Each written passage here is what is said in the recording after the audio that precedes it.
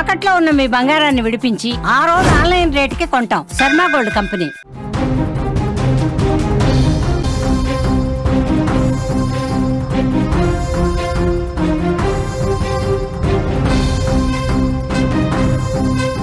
తెలంగాణ జాగృతి సంస్థ అధ్యక్షురాలు కేసీఆర్ తనయ ముఖ్యంగా తెలంగాణ రాజకీయాల్లోనే తెలంగాణ ఉద్యమంలో ముఖ్యంగా తెలంగాణ సంస్కృతి సాంప్రదాయాలు అలాగే తెలంగాణ పండుగల గురించి మొత్తం దేశవ్యాప్తంగా ఒక చాటి చెప్పినటువంటి మహిళా నేత కవితను ఇప్పుడు బీఆర్ఎస్ పార్టీ సస్పెండ్ చేసింది.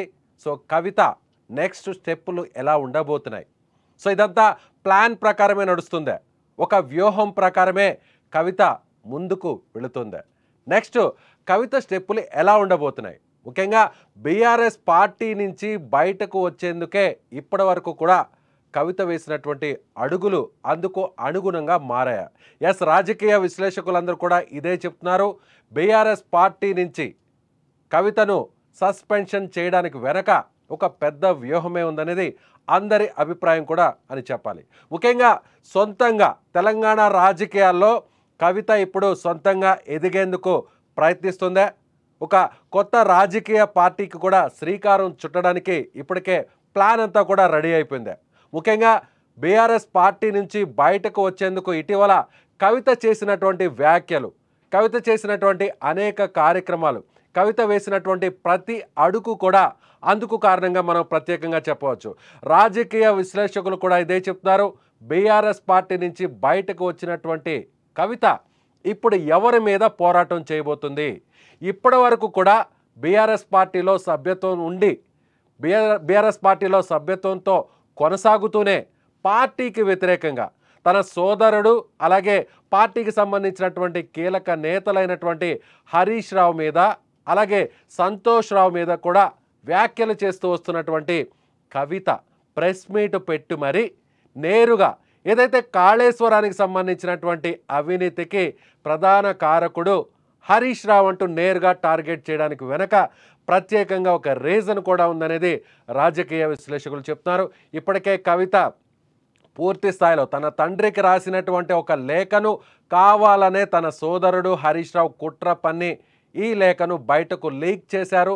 పార్టీ నుంచి తనను బయటకు పంపేందుకే ఇదంతా చేస్తూ వస్తున్నారు అని చెప్పినటువంటి కవిత ఇటీవల కాలంలో బీఆర్ఎస్ పార్టీకి సంబంధించినటువంటి మాజీ మంత్రి జగదీష్ రెడ్డి గురించి అలాగే ఇప్పుడు తాజాగా ఓవైపు తండ్రిని సమర్థిస్తూనే ఓవైపు తండ్రిని పొగుడుతూనే ఓవైపు తండ్రికి నష్టం జరుగుతోంది, తన తండ్రికి తెలంగాణ ఉద్యమంలో కీలకంగా ఉన్నటువంటి తెలంగాణ ఉద్యమానికి శ్రీకారం చుట్టి తెలంగాణలోనే అత్యంత కీలకమైనటువంటి నేతగా మాజీ ముఖ్యమంత్రిగా ఉన్నటువంటి తెలంగాణ జాతికి ఆదర్శంగా నిలిచినటువంటి కేసీఆర్కు మచ్చపడేటువంటి ఏ నిర్ణయమైనా సరే ఏ కార్యక్రమైనా సరే తాను తప్పకుండా వ్యతిరేకిస్తాను, వాటిని ఎండగడుతూనే ఉంటాను అంటూ చెప్తూ వచ్చినటువంటి కవిత ఇప్పుడు చేసినటువంటి వ్యాఖ్యలు, సో ఆమె చేసినటువంటి నిన్న చేసినటువంటి ప్రెస్ మీట్ పెట్టి మరీ చేసినటువంటి కామెంట్స్, ముఖ్యంగా సిబిఐ ఎంక్వైరీ కాళేశ్వరం విషయంలో అటు కేసీఆర్ని అలాగే హరీష్ రావును టార్గెట్ చేసేందుకు కాంగ్రెస్ ప్రభుత్వం ప్రయత్నిస్తుంది. కేసీఆర్కు ఈ అవినీతికి ఎలాంటి సంబంధం లేదు, ఈ అవినీతి అంతా కూడా అప్పుడు ఇరిగేషన్ మినిస్టర్గా ఉన్నటువంటి హరీష్ రావే చేశారు అంటూ ఆమె ప్రత్యక్షంగా చేసినటువంటి కామెంట్స్ ఇప్పుడు బీఆర్ఎస్ పార్టీకి ఒక తీవ్ర స్థాయిలో ఇబ్బంది కలిగించేటువంటి అవకాశం ఉంది. ఓవైపు బీఆర్ఎస్ పార్టీ దీనికి సంబంధించి కూడా హైకోర్టును ఆశ్రయించినప్పటికీ కాంగ్రెస్ ప్రభుత్వం సిబిఐకి సంబంధించి ఇక్కడ ఆంక్షలు ఉన్నటువంటి ఆ జీవోని ఎత్తివేస్తూ ఇక్కడ జరుగుతున్నటువంటి అవినీతి కార్యక్రమాలపై సిబిఐ యథేచ్ఛగా స్వేచ్ఛగా విచారణ చేపట్టడానికి అన్ని రకాల అనుకూలతలు ఇచ్చినటువంటి కాంగ్రెస్ ప్రభుత్వం ఇప్పుడు సిబిఐ ఎంక్వైరీ నేరుగా కాళేశ్వరం విషయంలో కేసీఆర్ని విచారించేందుకు తమకు ఎలాంటి ఇబ్బందులు లేదు అంటూ కూడా నేరుగా మాట్లాడినటువంటి కాంగ్రెస్ ప్రభుత్వం ముఖ్యంగా ముఖ్యమంత్రి రేవంత్ రెడ్డి విషయంలో ఓవైపు రేవంత్ రెడ్డిని వ్యతిరేకిస్తూ మరోవైపు కేసీఆర్ని సపోర్ట్ చేస్తూ వస్తున్నటువంటి కవిత ఇప్పుడు పార్టీ నుంచి బయటకు గెంటేసేటువంటి పరిస్థితి ఎందుకు వచ్చింది? తాను అరెస్ట్ అయిన టైంలో లిక్కర్ స్కామ్ విషయంలో అరెస్ట్ అయిన టైంలో తనకు పార్టీకి సంబంధించినటువంటి ముఖ్య నాయకులు అంటే తన సోదరుడు కావచ్చు, హరీష్ రావు కావచ్చు, ముఖ్యంగా కేసీఆర్ విషయాన్ని పక్కన పెడితే వీరందరూ కూడా తనను ఇబ్బంది పెట్టేటువంటి ప్రయత్నం చేశారు. పార్టీ కోసం పార్టీ కష్టకాలంలో ఉన్న సమయంలో తాను ఇబ్బంది పడినప్పటికీ కూడా ఏ రోజు కూడా బయటకు వచ్చి ఇలాంటి వ్యాఖ్యలు చేయనటువంటి కవిత ఇప్పుడు అధికారంలో లేని సమయంలో, పార్టీ కాస్త ఇబ్బందుల్లో ఉన్న సమయంలో, పార్టీ అవమానకరంగా ఓడిపోయినటువంటి సమయంలో తిరిగి మళ్ళీ స్థానిక సంస్థల్లో పుంజుకునేందుకు అవకాశం ఉన్నటువంటి సమయంలో, అలాగే హైదరాబాద్ జీహెచ్ఎంసీ ఎన్నికలు, ముఖ్యంగా హైదరాబాద్లో బీఆర్ఎస్ పార్టీకి తిరుగులేదనే చెప్పాలి. గడిచినటువంటి అసెంబ్లీ ఎన్నికల్లో బీఆర్ఎస్ పార్టీ ప్రధాన స్థానాల్లో, మెజారిటీ స్థానాల్లో అంతా కూడా ఇక్కడ గెలుపొందింది. కేవలం కాంగ్రెస్ పార్టీ ఒక్క స్థానంలో మాత్రమే గెలుపొందింది. అలాంటి జీహెచ్ఎంసీ స్థానిక ఎన్నికలు జరగబోతున్నటువంటి ఈ సందర్భంలో కవిత చేస్తున్నటువంటి ఈ వ్యవహారం అంతా కూడా ఇప్పుడు బీఆర్ఎస్ పార్టీకి పెద్ద తలనొప్పిగా మారింది. సో ఇదంతా కూడా కవిత బీఆర్ఎస్ పార్టీలో ఉంటే తనకిక ఎదుగుదల ఉండదు, తన సోదరుడు హరీష్ రావు ఉన్నంతకాలం బీఆర్ఎస్ పార్టీలో తనకు అలాంటి ప్రయారిటీ ఉండదు, వీళ్ల తర్వాతే తాను, అలాగే తనను ఇబ్బంది పెట్టడానికి కూడా ప్రయత్నించారు, తాను తన తండ్రికి రాసినటువంటి లేఖను లీక్ చేసి ఇబ్బంది పెట్టి నన్ను అవమానపరిచినటువంటి వీరు ఇక పార్టీలో తనకు భవిష్యత్తు లేకుండా చేసేటువంటి ప్రయత్నం చేస్తున్నారు అనేటువంటి విషయాన్ని చాలా స్పష్టంగా గమనించే ఇప్పుడు కవిత సొంతంగా రాజకీయంగా ఎదగడానికి ప్రయత్నిస్తోంది. అందులో భాగంగానే మహిళా సాధికారిత, మహిళా బిల్లుల గురించి ప్రత్యేకంగా మాట్లాడడం, మహిళలకు రిజర్వేషన్, మహిళలకు సంబంధించిన కూడా రిజర్వేషన్ అంశంపై తాను పోరాటం జరిపాను. ముఖ్యంగా ఇప్పుడు కాంగ్రెస్ పార్టీ క్లెయిమ్ చేసుకుంటున్నటువంటి బీసీల రిజర్వేషన్ అంశం మీద కూడా తాను మాట్లాడానంటూ చెప్పుకొచ్చినటువంటి కవిత ఇప్పుడు కొత్తగా ఒక రాజకీయ పార్టీని పెట్టబోతున్నారు. అందుకు సంబంధించి కూడా ఒక పేరును కూడా రిజిస్టర్ చేస్తున్నట్లుగా సమాచారం అందుతుంది. టీఆర్ఎస్ పార్టీకి ఒక సెంటిమెంట్గా చెప్పుకునేటువంటి పేరు తెలంగాణ. తెలంగాణ ఉద్యమాన్ని భుజాలకెత్తుకొని దేశవ్యాప్తంగా ఉద్యమాన్ని బలపరుస్తూ అన్ని ప్రాంతాలకు వ్యాపింపజేసినటువంటి నాయకుడు కేసీఆర్ అయితే, అదే స్థాయిలో ఆ సెంటిమెంట్ ఉన్నటువంటి తెలంగాణ సెంటిమెంట్ ఉన్నటువంటి పార్టీ టీఆర్ఎస్ పార్టీ. ఆ టీఆర్ఎస్ పార్టీని కాస్త బీఆర్ఎస్ పార్టీగా మార్చినటువంటి తరుణంలో ఇప్పుడు తెలంగాణ సెంటిమెంట్కు బీఆర్ఎస్ పార్టీ దూరం అయింది అనేటువంటి విషయాన్ని రాజకీయ విశ్లేషకులు ప్రత్యేకంగా చెప్పకనే చెబుతున్నారు. ఇప్పుడు మళ్ళీ అదే సెంటిమెంట్ను తన వైపు తిప్పుకునేటువంటి ప్రయత్నం చేస్తుంది కవిత. అందులో భాగంగానే బీసీల అంశాన్ని, మహిళల అంశాన్ని తెర మీదకు తీసుకొస్తున్నారు ఇటీవల కాలంలో కవిత. అందులో భాగంగానే తెలంగాణ బహుజన రాష్ట్ర సమితి అనేటువంటి పేరుతో కొత్త పార్టీని ఆమె పెట్టబోతున్నారు. సో ఇప్పటికే ఆమెకు సంబంధించినటువంటి అనుచరులందరూ కూడా ఈ విషయాన్ని పరోక్షంగా మీడియాకు చెబుతున్నారు. ఎప్పుడైతే సస్పెన్షన్ వేటు వేశారో, ఎప్పుడైతే పార్టీకి సంబంధించినటువంటి క్రమశిక్షణ వ్యవహారాల కమిటీకి ప్రధాన కార్యదర్శిగా ఉన్నటువంటి సోమ భరత్ కుమార్, ఇదే సోమ భరత్ కుమార్ ఈమెను సస్పెండ్ చేస్తూ ఒక లేఖను విడుదల చేశారు. ఇదే సోమ భరత్ కుమార్ కవిత తరపున లిక్కర్ స్కామ్ విషయంలో ఆయన అడ్వకేట్గా కేసును కూడా కవితకు సపోర్ట్గా, కవితకు మద్దతుగా వాదించారు.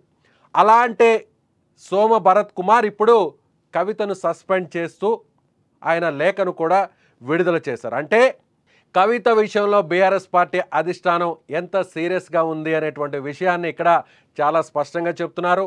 ఎవరైతే కవిత తరపున కోర్టులో వాదించారో, ఎవరైతే కవితకు సపోర్టుగా లిక్కర్ స్కామ్ విషయంలో బెయిల్ తీసుకురావడానికి ప్రయత్నం చేశారో, ఆ వ్యక్తే, ఆ నాయకుడే ఇప్పుడు కవితను సస్పెండ్ చేస్తూ ఒక లేఖను కూడా రిలీజ్ చేయించారంటే చాలా సీరియస్గా ఉంది. కవిత కూడా ఇక ఏమాత్రం కూడా వెనక్కి తగ్గకుండా మరి కాసేపట్లో ప్రెస్ మీట్ని నిర్వహించబోతున్నారు, మీడియా ముందుకు రాబోతున్నారు. ఇప్పటి వరకు కూడా పార్టీకి సంబంధించినటువంటి సభ్యత్వాన్ని కలిగి ఉన్నటువంటి కవిత ఇప్పుడు పార్టీ నుంచి సస్పెండ్ చేశారు కాబట్టి ఇప్పటి వరకు కూడా ఈ అవినీతి, కాళేశ్వరం అవినీతి చేయడానికి ప్రధాన కారకుడు అప్పటి ఇరిగేషన్ శాఖ మంత్రి హరీష్ రావు, రాజ్యసభ సభ్యుడిగా ఉన్నటువంటి సంతోష్ రావులు కాదా అంటూ నేరుగా ఆమె ప్రశ్నించారు. వారు చేసినటువంటి అవినీతి మరకలు ఇప్పుడు తన తండ్రికి, మాజీ ముఖ్యమంత్రి కేసీఆర్కు అంటుకుంటున్నాయి అంటూ ఆమె వ్యాఖ్యలు చేశారు. సో ఇప్పుడు కేసీఆర్ తీసుకున్నటువంటి నిర్ణయం మేరకే కవిత మీద ఈ వేటు పడింది. సో ఇప్పుడు కవిత కేసీఆర్పై ఎలాంటి వ్యాఖ్యలు చేయబోతున్నారు?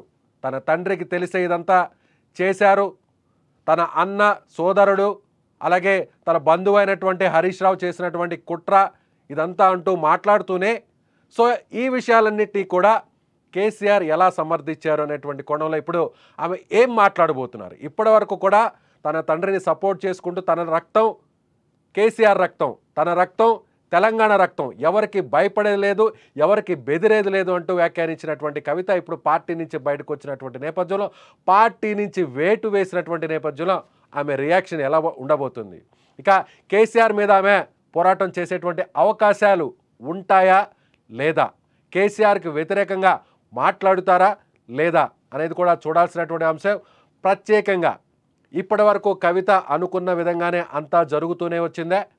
సో ఇప్పుడు బీఆర్ఎస్ పార్టీకి అవినీతి మరకలు అంటుకుంటున్నాయి కాబట్టి, బీఆర్ఎస్ పార్టీలో ఒక చీలిక వస్తుంది కాబట్టి, సో లిక్కర్ స్కామ్ విషయంలో తన తప్పు లేకపోయినా కూడా బీఆర్ఎస్ పార్టీలో ఉన్నాను కాబట్టి, కేసీఆర్ కుమార్తెగా ఉన్నాను కాబట్టి బీజేపీ ప్రభుత్వం తనని ఇబ్బంది పెట్టింది, కావాలని కేసులో ఇరికిచ్చింది అంటూ మాట్లాడుతూ వచ్చినటువంటి కవిత ఇప్పుడు బీఆర్ఎస్ నుంచి ఎలాంటి సపోర్ట్ లేదు, బీఆర్ఎస్ అధిష్టానం నుంచి తనకు ఎలాంటి సపోర్ట్ లేదు, ఆస్తి విషయంలో అలాగే వారసత్వం విషయంలో సగం సగం అని చెబుతూ వస్తున్నటువంటి కవిత ఇప్పుడు బీఆర్ఎస్ నుంచి బయటకు వచ్చినటువంటి నేపథ్యంలో, బీఆర్ఎస్ పార్టీ నుంచి వేటు వేసినటువంటి నేపథ్యంలో ఎమ్మెల్సీగా ఉన్నటువంటి కవిత ఎమ్మెల్సీ పదవికి రాజీనామా చేయబోతున్నారా?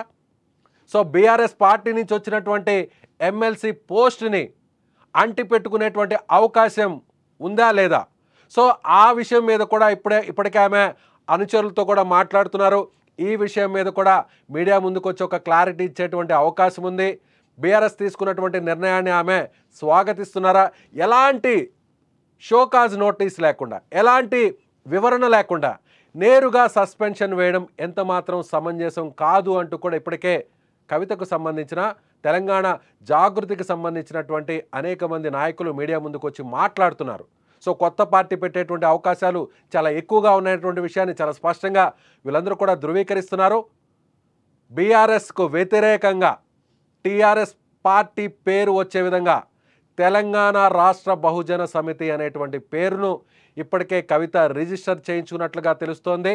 సో కవిత పెట్టేటువంటి కొత్త పార్టీ పేరు తెలంగాణ బహుజన రాష్ట్ర సమితి. అంటే తెలంగాణ రాష్ట్ర సమితి పేరు వచ్చేలా, అందులో బహుజనులకు సంబంధించి న్యాయం చేసే విధంగా వాళ్ళని హైలైట్ చేస్తూ, బీసీలను హైలైట్ చేస్తూ, సో ఎస్సీ ఎస్టీలను హైలైట్ చేస్తూ అన్ని వర్గాలను కూడా కలుపుకొని వెళ్తాము అంటూ TBRS అనేటువంటి పేరును కవిత పెట్టబోతున్నట్టుగా తెలుస్తుంది. సో మీరేమనుకుంటున్నారు? కవిత ప్లాన్ ప్రకారం ఇదంతా చేసిందే? కవిత సొంతంగా తెలంగాణ రాజకీయాల్లో ఎదిగి తన సోదరుడుకు సవాల్ విసరడానికి సిద్ధంగా ఉండబోతుందే? రాబోయేటువంటి ఎన్నికల్లో, స్థానిక సంస్థల ఎన్నికల్లో, GHMC ఎన్నికల్లో తెలంగాణ జాగృతి సంస్థ నుండి కాకుండా ఒక రాజకీయ పార్టీగా ఏర్పడిన తరువాత ఆమె తన అనుచరులు పోటీకి దింపేటువంటి అవకాశం ఎంతవరకు ఉందనేది కూడా వేచి చూడాలి. ముఖ్యంగా ఎమ్మెల్సీ పదవికు ఆమె రాజీనామా చేసేటువంటి అవకాశాలు చాలా స్పష్టంగా కనిపిస్తున్నాయి. సో మీరేమనుకుంటున్నారు? కవిత అడుగుల గురించి మీ అభిప్రాయం ఏంటి? బీఆర్ఎస్ శ్రేణులు ఇప్పటికే కవితను వ్యతిరేకిస్తున్నారు, ఆమెకు వ్యతిరేకంగా పోస్టర్లను కూడా దగ్ధం చేస్తున్నారు. సో ఇదంతా కూడా ప్లాన్ ప్రకారమే జరుగుతోంది. సో ఇప్పుడు ఏపీలో ఏ విధంగా అన్నా చెల్లెల మధ్య గొడవ నడుస్తుందో ఇప్పుడు అదేవిధంగా తెలంగాణలో కూడా అలాంటి కుటుంబ విభేదాలే ఇప్పుడు తలెత్తాయి. సో ఇప్పుడు సొంతంగా ఎదగడానికి కవిత ప్రయత్నిస్తున్నారు. ఆమె ప్రయత్నాలు, ఆమె చేసేటువంటి అడుగులు, ఆమె వేస్తున్నటువంటి అడుగులు ఆమె రాజకీయ ప్రయాణానికి, ఆమె రాజకీయ ఎదుగుదలకు ఎంతవరకు ఉపయోగపడేటువంటి అవకాశం ఉంది? ఎస్, మీ అభిప్రాయాన్ని ఖచ్చితంగా కామెంట్ బాక్స్లో తెలియచేయండి. చూస్తూనే ఉండండి సుమన్ టీవీ డిజిటల్ లైవ్.